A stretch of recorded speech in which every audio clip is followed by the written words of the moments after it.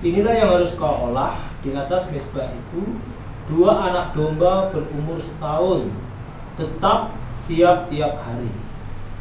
Domba yang satu haruslah kau olah pada waktu pagi, dan domba yang lain kau olah pada waktu siang.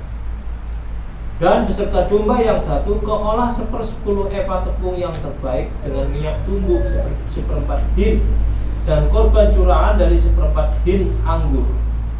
Domba yang lain haruslah kau olah pada waktu senja, sama seperti korban sajian dan korban curahannya pada waktu pagi. Harus engkau mengolahnya sebagai persembahan yang harum, suatu korban api-apian bagi Tuhan.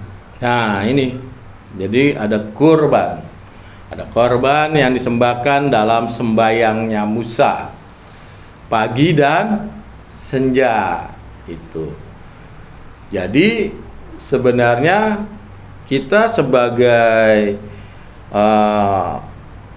umat ortodok ya belajar kalau memang tidak bisa sembayang sehari 3 kali, 7 kali, ya sehari 2 kali, pagi dan senja ya. Pagi ya kira-kira jam 9 lakukan sembayang doa pagi ya.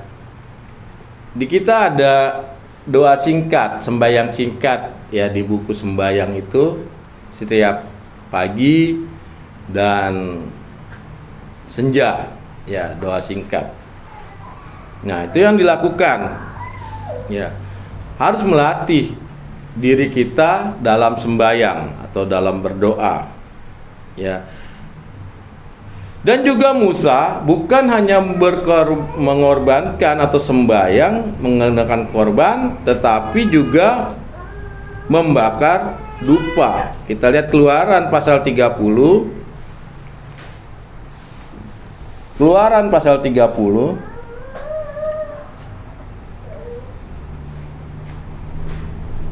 ayat yang ke-7 dan 8.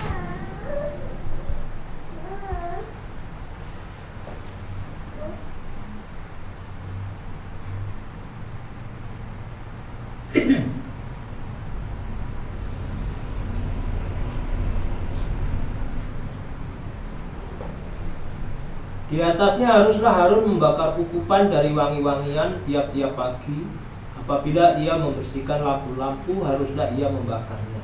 Ya, harus. Juga apabila Harun memasang lampu-lampu itu pada waktu senja, harus ia membakarnya sebagai ukupan yang tetap di hadapan Tuhan di antara kaum turun-temurun. Ya, karena apa? Turun menurun di antara kamu untuk turun menurun. Jadi pembakaran dupa itu ada di gereja ortodok. Ya, bukan kemenyan ya. Kemenyan untuk dukun bukan. Dia wangi dia. Khusus dia ininya. Ya, mungkin nanti juga di kapel ini kalau memang sudah ada yang diangkat jadi presbiter atau romo ya akan lakukan itu. Harus ada tentang ukupan dupa. Ya, itu kan sering bunyi, pernah dengar itu gereja ortodok kalau dia dirikan bunyi itu krenteng gitu. Itu ada 12 kelincingan. Ya, artinya itu 12 bangsa suku Israel dan 12 murid Yesus, itu maknanya. Lalu ukupannya itu tutupnya itu kubah. Artinya kubah daripada gereja ortodok. Ya, gereja mula-mula. Lalu keluarlah asap dari ukupan itu, artinya sesembahan yang dari gereja kudus ini akan naik ke tahta Allah. Itulah maksudnya. Ya, semuanya itu yang kita lakukan adalah Alkitabiah sebenarnya yang kita lakukan. Ya. Jadi mula-mula ada sembayang ya sing-sing fajar dan sembayang senja. Ya. Cobalah kita belajar lakukan. Makanya setiap tempat kediaman kita harus ada meja seperti ini, meja mezbah. Ya. Kita jangan, masa kita kalah sih sama orang Hindu. Pernah lihat orang Bali? Orang Bali rumahnya kecil-kecil loh. Tapi tempat sembayangnya besar, mewah. Kalau tidak percaya coba jalan ke Lampung. Rumahnya sederhana. Tapi di depannya tuh tempat sembayangnya, mewah. Artinya apa? Mereka lebih mengutamakan Tuhan daripada pribadinya. Ya. Pernah lihat Kampung Bali di Lampung? Ya. Perhatikan aja itu. Ya. Apalagi kalau masuk ke Bali. Ya, saya di Bali itu lama. Di Bali, ya saya lihat rumahnya itu mewah. Mewah sekali, mewah tempat ibadahnya bukan rumahnya. Ya, ada 5 pilar, 5 panca. Ya. Makanya arti daripada Pancasila itu dari Hindu. 5 panca, 5 pilar. Panca. Ya, sila itu ya apa? Kekuatan. Itu terambil dari bahasa-bahasa Sanskerta, bahasa Hindu.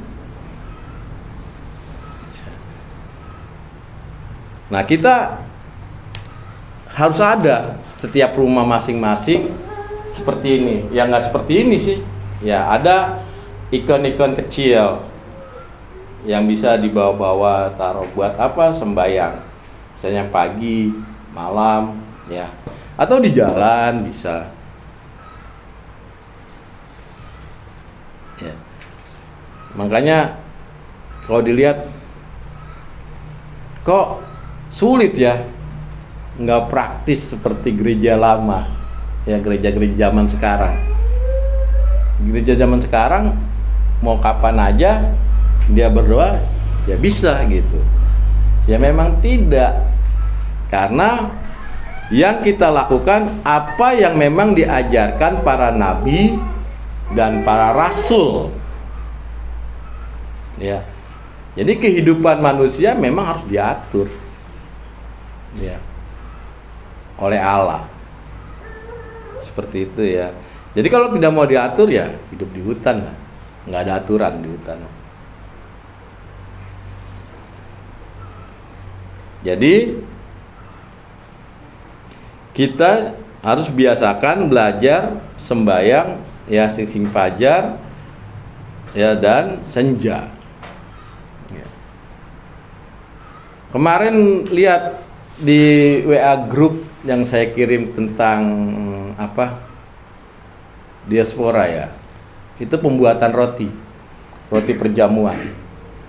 Itu pun ada pengampunan dosa dulu, baru ada sembayangnya sedikit, ada ininya, ya. Sambil apa? Sambil mengadon roti. Jadi nggak sembarangan itu doa roti perjamuan, bukan beli di mall, bukan beli di Indomaret, yang dipotong pinggirnya, tinggal tengahnya. Ada lagi yang beli di mana? Di Metanoia, ada tulisan-tulisan. Saya lihat udah kayak dukun masuk ke gereja. Ya. Dukun gitu. Ya. Praktek kedukunan kan gitu. Tulislah bahasa Arab. Masukin, dibakar, masukin dalam air, minum, kan gitu. Itu praktek-praktek kedukunan. Ya, atau dibaca-bacakan, minum. Ya sama. Ya. Akhir-akhir ini hati-hati. Karena banyak perdukunan masuk ke dalam tempat-tempat ibadah nih. Walaupun dewanya beda. Ya. Coba kita lihat di dalam Lukas pasal 1 ayat 9 dan 10. Ini sembahyang yang di luar daripada bait Allah. Lukas pasal 1 ayat 9 dan 10.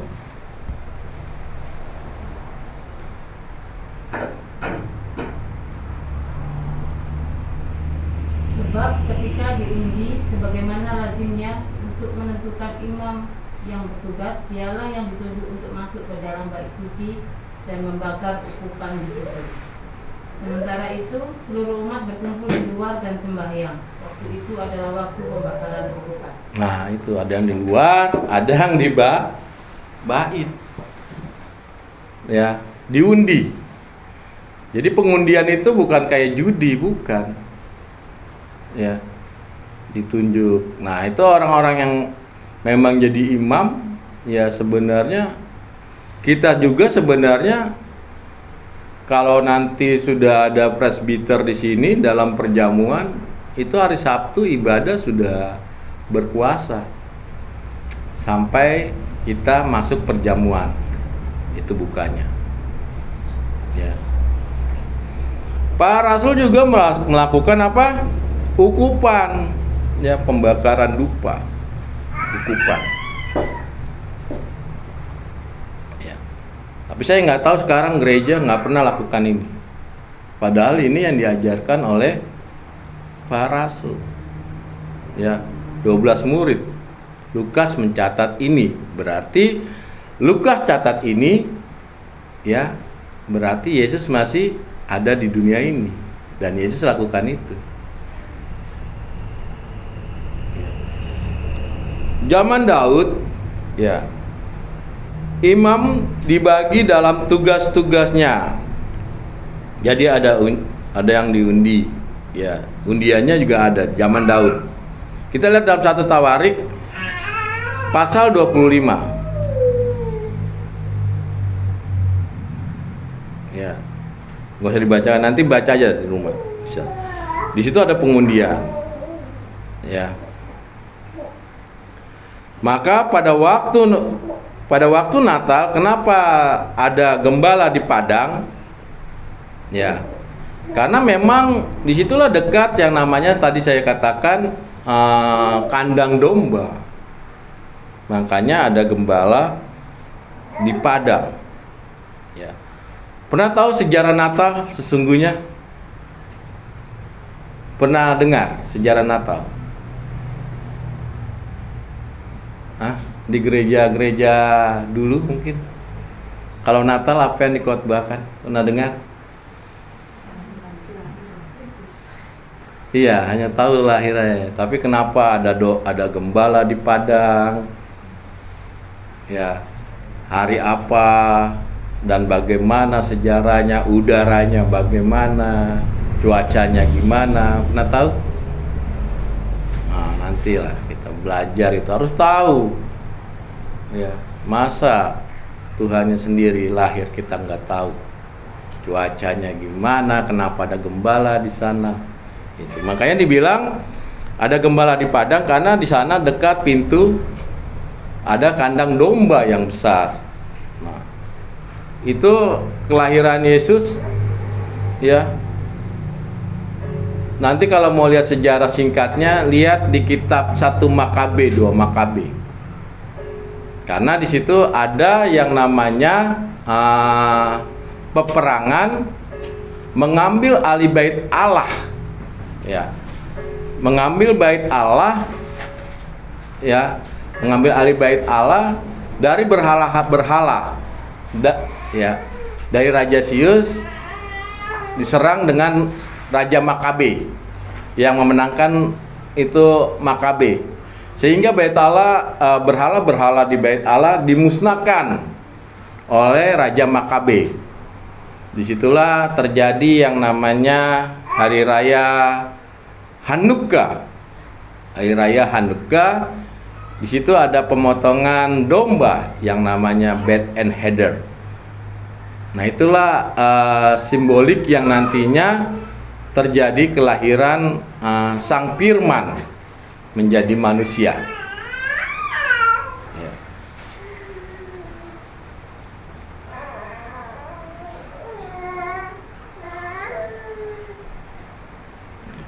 Kenapa ada gembala di padang?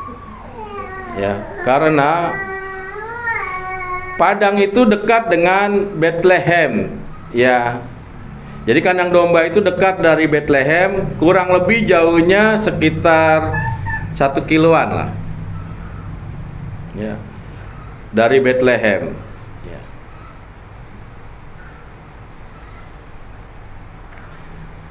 dari Bethlehem ke Yerusalem. Makanya tidak mungkin kalau dombanya itu datang dari kampungnya masing-masing. Jadi memang dikumpulkan di situ, di kandang itu, ya, dekat bait Allah. Ya. Tahu kan Bethlehem apa Bethlehem? Apa arti Bethlehem? Rumah roti. Rumah roti. Ya, Bet itu rumah, Lehem itu roti. Makanya Yesus bilang, akulah roti hidup. Roti yang hidup harus lahir di rumahnya. Bethlehem. Bet itu rumah, Lehem itu roti. Nama kota, tapi artinya rumah roti.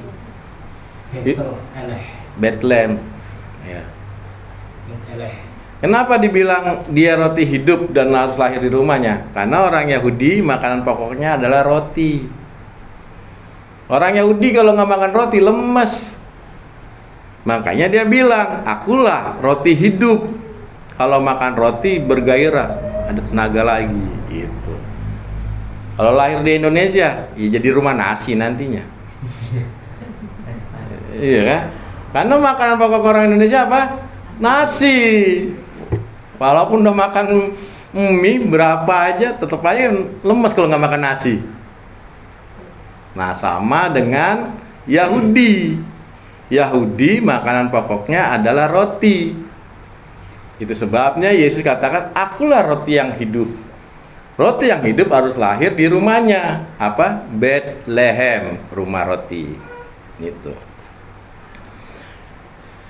Nah, di dalam situ ada gereja yang namanya Santa Ana. Ya. Santa Ana tahu nggak siapa?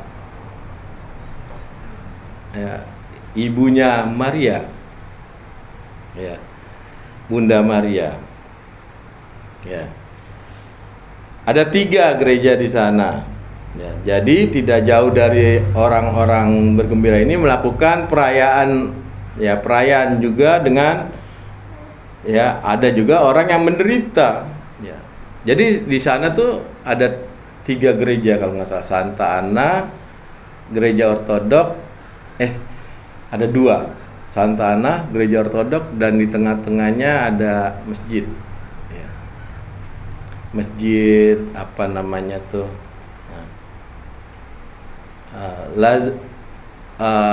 Masjid Lazarus. Ya. Masjid Nabi Lazarus. Tahu Lazarus? Lazarus. Jadi di sana Lazarus jadi nabi tuh. Yang bangkit dekat, jadi diampit sama gereja, tengah-tengahnya masjid. Ya. Nah, dalam orang-orang itu bergembira, ada juga yang bersuka cita karena menunggu tentang penantian goncangan air. Ya. Nah, di sana kalau kita lihat Yesus menghampiri mereka, orang yang sakit itu. Lalu Yesus katakan, maukah engkau sembuh? Ya. Tapi jawaban orang tersebut apa? Tidak ada yang mengangkat aku kalau air itu tergoncang, kan gitu. Padahal jawaban yang benar apa? Kalau dikatakan, maukah engkau sembuh? Mau atau tidak, kan gitu ya. Tapi orang sakit itu mengatakan, tetapi Tuhan, tidak ada yang mengangkat aku jika air itu tergoncang. Itu. Ini sama nih sama karakter manusia. Ya. Kalau ditantang sama Allah, ya, kadang-kadang kita sudah berdoa tapi berpikir, iya ya Tuhan, bisa nggak ya, gitu.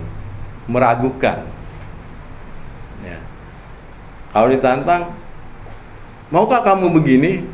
Mau Tuhan, tapi, nah ini kebanyakan tuh manusia kan berbicara, tapi belakangnya ada tapinya biasanya. Tapi kan begini-begini gitu. Ya, kata tapi itu sebenarnya perkataan antara Adam, Hawa, dan iblis di Taman Eden. Ya. Jadi sebenarnya ya jawabannya iya atau tidak, itu saja.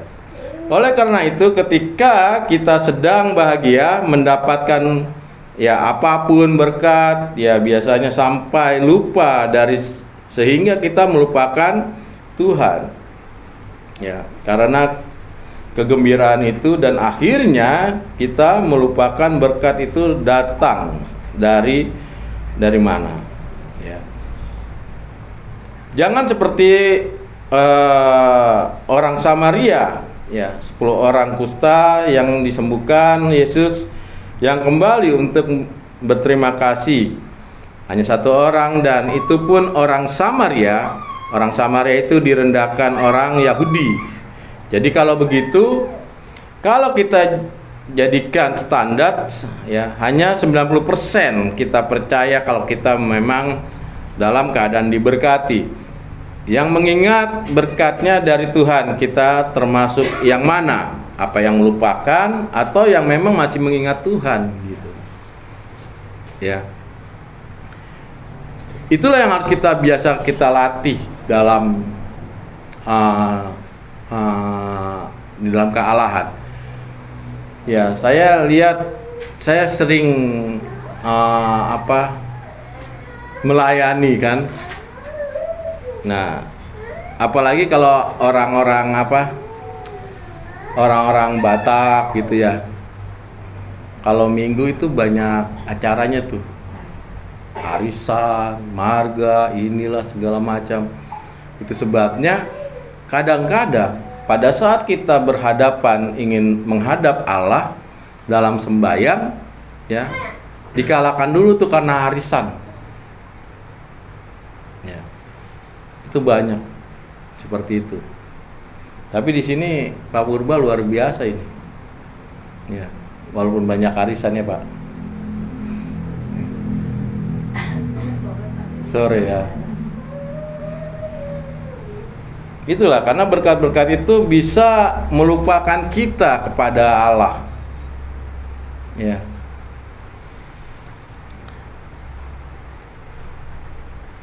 Saya dulu juga sama seperti itu dulu ya. Walaupun udah melayani di gereja zaman now. Tapi saat ini ya biasa aja, saya mau ini biasa aja. Karena sudah terkikis, karena mungkin terbiasa dilatih dengan sembahyang mungkin ya. Oleh karena itu ya kita semua harus belajar dalam segala sesuatu, jangan sampai lupakan Tuhan. Ya, kita lihat di dalam 1 Tesalonika pasal 5 ayat 18.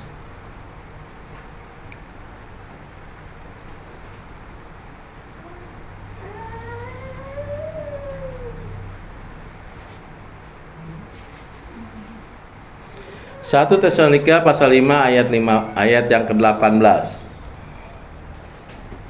Tesalonika 5 ayat 12. Mengucap syukurlah dalam segala hal, sebab itulah yang dikehendaki Allah di dalam Kristus Yesus bagi kamu.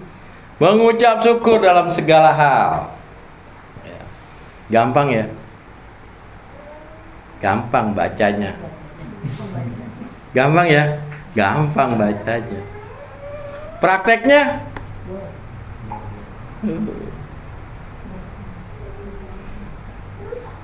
Tapi itulah yang harus kita latih tubuh kita. Ya. Kalau baca gampang, mengucap syukur dalam segala hal. Coba praktek. Asyik. Saya pernah mengalami pada saat kasih mula-mula, ya, saya terima Tuhan Yesus, baptis.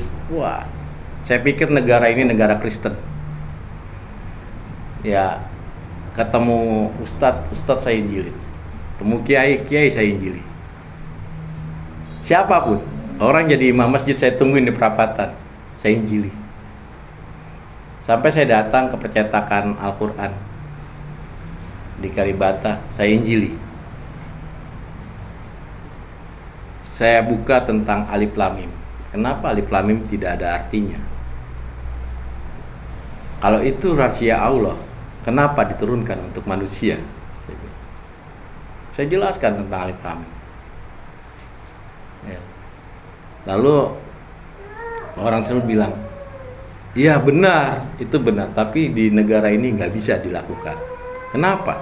Ini bukan negara Indonesia, ini Pancasila.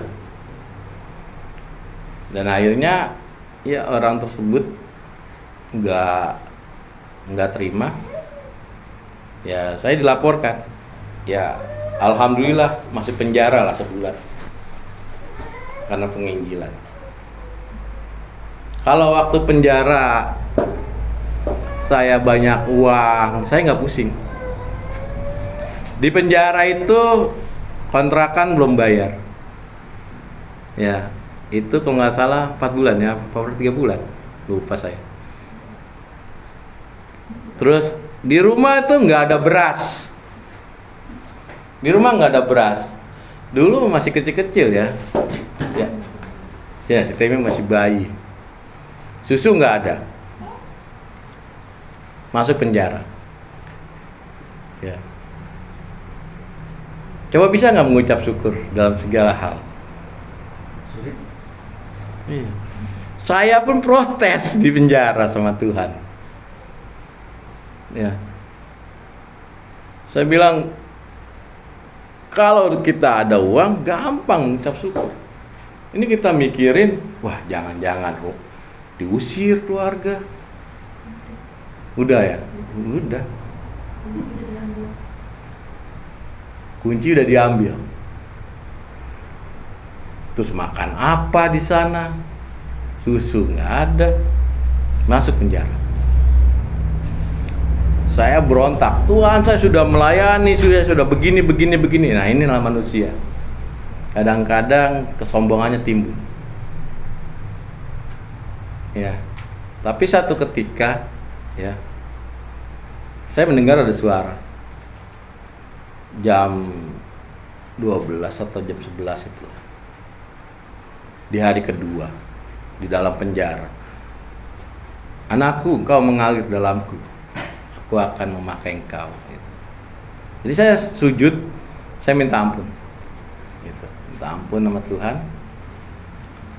Hari ketiga, hari keempat, 3 ya. Dia datang sama orang tua angkat saya, sama pendeta saya. Bukan pendeta, siapa sih yang bimbing lah. Ya. Kalau pendeta saya udah nggak mengakuin tuh, saya nggak kenal tuh yang namanya Rahman katanya. Padahal dia yang baptis saya pada saat itu. Takut terlibat. Jadi datang, ketawa-tawa dia. Saya bilang nggak ada pikiran, nggak mau, orang udah susah gini malah ketawa-tawa. Jadi ceritalah. Jadi tiba-tiba ada orang yang nggak datang ke rumah, tapi datang ke yang punya kontrakan, ngasih beras, ngasih sembako lah, susu, duit. Tapi ngasihnya nggak ke rumah, ngasihnya ke punya kontrakan, yang punya kontrakan baru sampaikan ke rumah. Duit itu jadi apa yang saya butuhkan lebih lah. Sampai sekarang nggak tahu siapa orangnya yang memberi itu, sampai sekarang. Nah, disitulah saya tahu tentang memang berat kalau kita mengucap syukur dalam keadaan sulit. Ya. Kalau saya ya nggak tahu lah, waktu ikut Yesus itu luar biasa lah gincetannya. Kalau saudara kan mungkin ya begitu terima Tuhan Yesus enak ya. Enggak juga ya? Iya. Sama juga Bu ya? Iya sama ya. Iya. Saya sampai nggak makan seminggu, diusir dari keluarga, ya warisan nggak dikasih. Saya bilang, saya nggak butuh, saya hanya butuh Yesus. Pernah nggak makan seminggu? Haus minum, lapar minum, ya. Udah kayak ikan, minum aja kerjanya. Dulu waktu si Aris kecil ya, dia minumnya air putih nih sama gula, nggak pernah susu. Ya. Iya, Asia, Nurul. Ya.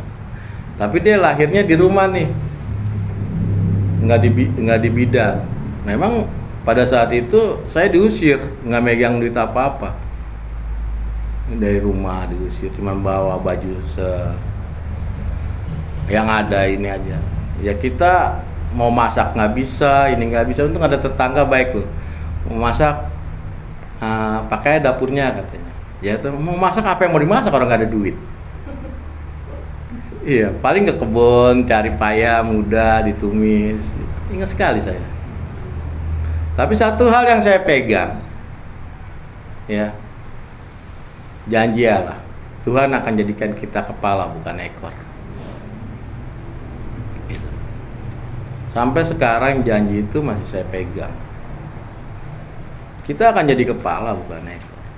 Ya, akan angkat. Ya. Kita tadi doa, ya. Ada di doa itu siapa yang direndahkan akan ditinggikan. Dia yang miskin ya seperti itulah. Ya. Jadi belajar mengucap syukur dalam segala hal. Dalam keadaan kita senang, apalagi susah. Ya. Ya, terutama dalam situasi sekarang ini. Ya. Ini situasi yang memang sangat krisis. Zaman-zaman corona ini kan krisisnya luar biasa ini. Ya. Dalam kekrisisan inilah kita belajar mengucap syukur apapun yang kita alami.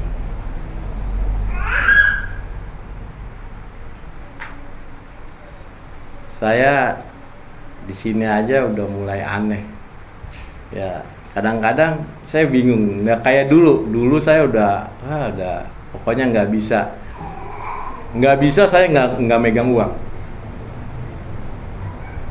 Ya, tapi di sini saya bingung juga. Bawanya santai aja. Ya. Baru kali ini saya seumur hidup yang namanya saya datang itu di rumah ada biawak.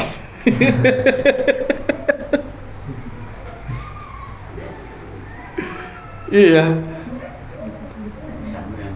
Iya, disambut sama biawak sampai pakaian di lemari pakaian masuk. Iya.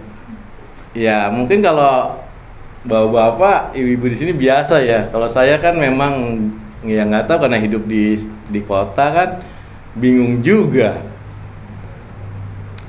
Ya, disambut dengan biawak. Wih. Saya cuma berdoa-doa mengucap syukur aja Tuhan kirim lauk, ya makanan, ya. Terus kemarin baru mau tidur ular bulu besar sekali di atas, masuk dari mana? Ya. Saya juga bingung tuh. Saya bilang kan, ya sekarang ular bulu, mungkin besok ular naga.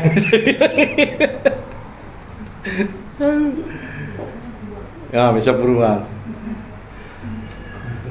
Disitulah saya bilang hanya dalam hati saya ya. Saya bilang mungkin Allah mau latih saya nih, ya mengembalikan lagi dalam mengucap syukur. Ya dalam mengucap syukur dalam segala hal. Ya bawaannya memang saat ini nggak kayak dulu. Walaupun saya pelayanan, walaupun saya full time. Ya sebagai pendeta juga ya tetap aja kita ngomong memang di mimbar mengucap syukur dalam segala hal. Coba di rumah nggak ada duit, nggak ada dapur, nggak ngebel, tetap aja marah-marah saya.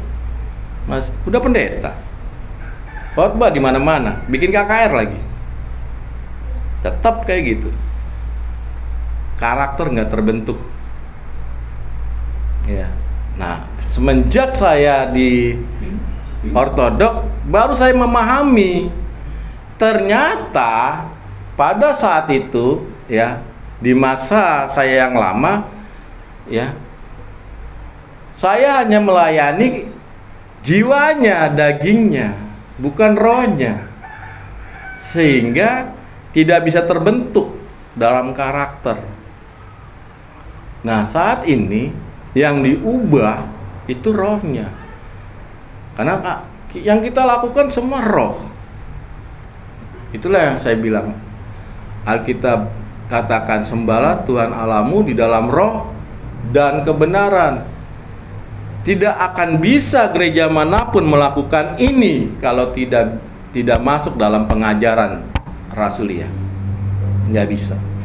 Walaupun kelihatannya kudus di luar, pakai dasi, pakai jas. Pokoknya saya lihat dulu ya, ini saya nggak ngomongin di luar, saya ngomongin pribadi saya. Pokoknya orang kalau udah pakai jas, pakai dasi, kelihatan tuh orang yang nggak pakai jas, nggak pakai dasi, nggak kudus pokoknya. Iya, itu perasaan saya loh. Kayaknya udah tinggi sekali orang pakai jas, pakai dasi. Iya. Nggak kudus pokoknya. Apalagi kalau udah khotbah, udah ini, harus dihormati loh. Coba-coba nggak menghormati orang yang udah bisa khotbah. Perasaan jemaat itu gimana gitu. Ya. Pantes saya pikirkan orang-orang sombong-sombong rohani itu ternyata banyak. Ya.